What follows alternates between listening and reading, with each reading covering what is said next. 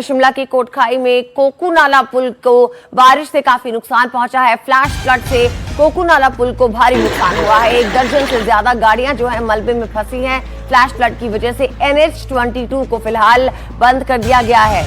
Flash flood से जो ये नुकसान पहुंचा है इसकी तस्वीरें भी आप देखिए, किस तरह से गाड़ियां जो है मलबे में फंसी हुई हैं और साथ ही साथ जो भारी नुकसान हुआ है, मलबा ही मलबा हर जगह नजर आ रहा है।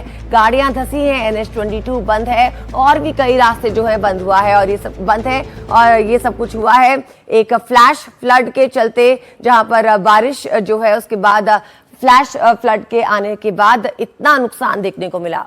इन तस्वीरों को जरा ध्यान से आप देखिए, पूरी की पूरी गाड़ी यहां पर मिट्टी के मलबे में धंस गई है। तो आप सोचिए कितना मलबा यहां पर जमा हुआ है और इस सब की वजह यह है कि बादल फटने की घटना यहां पर हुई, उसके बाद सैलाब सा पानी का आ जाता है और कई जगह पर हमने देखा हिमाचल प्रदेश में इस तरह के मामले देखने को मिले हैं। शिमला की हम बात कर रहे हैं तो शिमला के बारे में आप ये भी जान लीजिए कि शिमला और किन्नौर में जो बादल फटने की घटना हुई उसके बाद नदी नाले यहां पर उसमें सैलाब देखने को मिला और किन्नौर में बादल फटने के बाद फ्लैश फ्लड आया। शिमला में पानी के तेज बहाव में जो गानवी पुल है वो भी यहां पर बह गया। तो ये हाल यहां पर पैदा हो गए हैं। हिमाचल के शिमला और किन्नौर में बादल फटने की घटना हुई है और इसके बाद भारी नुकसान यहां पर देखने को मिला है और सैलाब सा यहां पर आया। जो बरसाती नाले पहाड़ी क्षेत्रों में होते हैं वो नदी की तरह तेज तूफान के साथ बहते हुए नजर आए और जो तस्वीरें अब से थोड़ी देर पहले हमने आपको दिखाई कैसे पूरी की पूरी गाड़ियां इस मलबे में दब गई।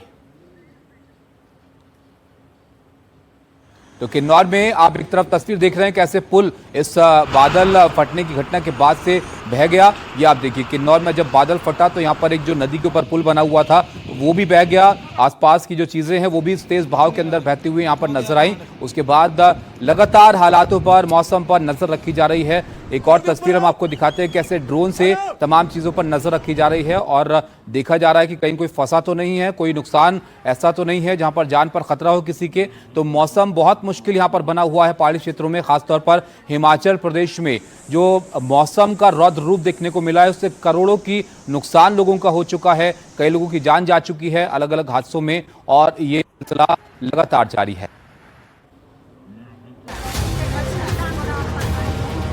पहाड़ों पर भारी बारिश और उसके खतरनाक नतीजे लगातार सामने आ रहे हैं।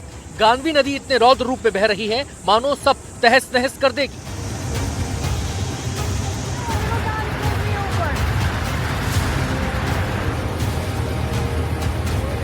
रामपुर बुशहर का गानवी बाजार पूरा जलमग्न हो गया है। गानवी नदी में बाढ़ के बाद वहां के बाजार को खाली कराया गया है। बस स्टैंड पर पानी भर गया है, लोग दहशत में हैं।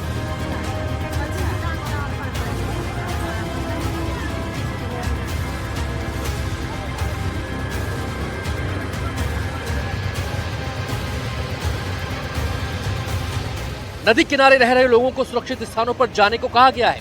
पानी की तेज धार अपने साथ मिट्टी, पत्थर और मलबा भी लेकर आ रही है जो पूरे शहर के लिए विनाश लेकर पहुंची है।